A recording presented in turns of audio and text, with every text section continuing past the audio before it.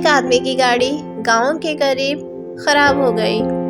اس نے سوچا کہ گاؤں میں کسی سے مدد لے لیتا ہوں۔ وہ جیسے ہی گاؤں میں داخل ہوا تو اس نے دیکھا ایک بوڑھا شخص چرپائی پر بیٹھا ہوا ہے اور اس کے قریب مرغیاں دانہ چگ رہی ہیں۔ ان مرغیوں میں ایک باز کا بچہ بھی ہے جو مرغیوں کی طرح دانہ چگ رہا ہے۔ وہ حیران ہوا اور اپنی گاڑی کو بھول کر بوڑھے شخص سے کہنے لگا کہ یہ کیسے خلاف قدرت ممکن ہوا کہ ایک باز کا بچہ زمین پر مرغیوں کے ساتھ دانہ چگ رہا ہے۔ تو اس بوڑھے شخص نے کہا کہ باز کا بچہ صرف ایک دن کا تھا جب یہ پہاڑ پر مجھے گرا ہوا ملا۔ میں اسے اٹھا کر لایا۔ یہ زخمی تھا۔ میں نے اس کو مرہم پٹی کر کے اس کو مرغی کے بچوں کے ساتھ رکھ دیا۔ جب اس نے پہلی بار آنکھیں کھولی تو اس نے خود کو مرغی کے چوزوں کے درمیان پایا۔ یہ خود کو مرغی کا چوزا سمجھنے لگا اور دوسرے چوزوں کے ساتھ ساتھ اس نے بھی دانہ چگنا سیکھ لیا۔ اس شخص نے بوڑھے سے درخواست کی کہ باز کا بچہ مجھے دے دیں تحفے کے طور پر یا اس کی قیمت لے لیں۔ میں اس پر تحقیق کرنا چاہتا ہوں۔ اس بوڑھے نے باز کا بچہ اس شخص کو تحفے کے طور پر دے دیا۔ وہ شخص اپنی گاڑی ٹھیک کروا کر اپنے گھر آ گیا۔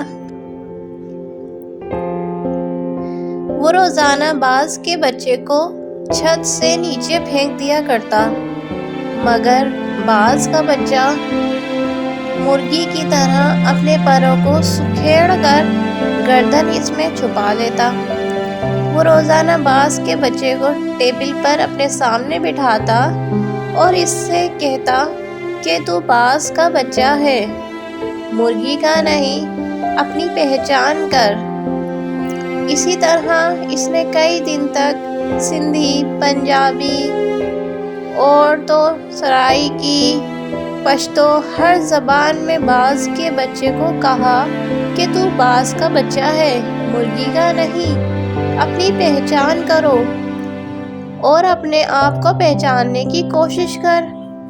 آخر کار وہ شخص ایک دن باز کے بچے کو لے کر ایک بلند ترین پہاڑ پر چلا گیا اور اس کو کہنے لگا کہ خود کو پہچاننے کی کوشش کرو، اور اس شخص نے باز کے بچے کو پہاڑ سے نیچے پھینک دیا۔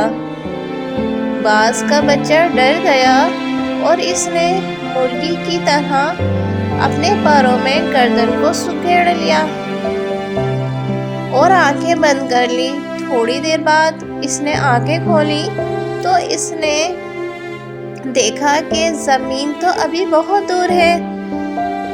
تو اس نے اپنے پر پھڑائے اور اڑنے کی کوشش کرنے لگا، جیسے کوئی آپ کو دریا میں دھکا دے دے تو آپ کو تیرنا بھی نہ آتا ہو اور آپ ہاتھ پاؤں ماریں گے۔ تھوڑی ہی دیر میں وہ اپنے آپ کو بیلنس کرنے لگا، کیونکہ باز میں اڑنے کی صلاحیت خدا نے رکھی ہوتی ہے۔ تھوڑی ہی دیر میں وہ اونچا اڑنے لگا۔ وہ خوشی سے چیخنے لگا اور اوپر جانے لگا۔ کچھ ہی دیر میں وہ اس شخص سے بھی اونچا نکل گیا اور نیچے نگاہیں کر کے اس کا احسان مند ہونے لگا۔ تو اس شخص نے کہا، اے باز، میں نے تجھے تیری پہچان دے دی ہے، اپنے پاس سے کچھ نہیں دیا۔ یہ کمال صلاحیتیں تیرے اندر موجود تھی مگر تو بے خبر تھا۔ یہی معاملہ ہم لوگوں کے ساتھ ہماری ایک خاص شناخت ہے۔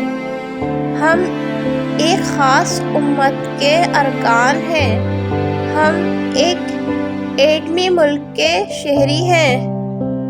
ہمارے اندر رب العزت نے بے شمار صلاحیتیں رکھی ہیں، مگر پرابلم یہ ہے کہ ہمارے ارد گرد کے بے شمار مردگیاں ہیں، جن میں ہمارے ٹی وی چینل اور اخبارات بھی شامل ہیں، جو ہم کو مسلسل بتاتے ہیں کہ ہم باز کے بچے نہیں مرغی کے بچے ہیں، کہ تم سپر پاور نہیں ہو، سپر پاور کوئی اور ہے، جو بتاتے ہیں کہ تم بہادر و طاقتور نہیں ہو بلکہ بزدل اور کمزور ہو۔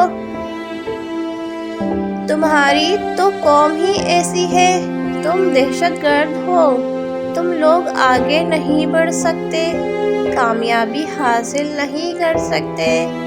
کامیابی کی شرط یہ ہے کہ ہم خود کو پہچاننے کی کوشش کریں، امت اور بہترین قوم بن کر اپنے ملک کی تعمیر و ترقی میں اپنا اہم کردار ادا کریں۔ شکریہ۔ اگر آپ سب کو میری یہ ویڈیو اچھی لگی ہو تو میری اس ویڈیو کو لائک کریں، چینل کو سبسکرائب کریں اور زیادہ سے زیادہ آگے شیئر کریں۔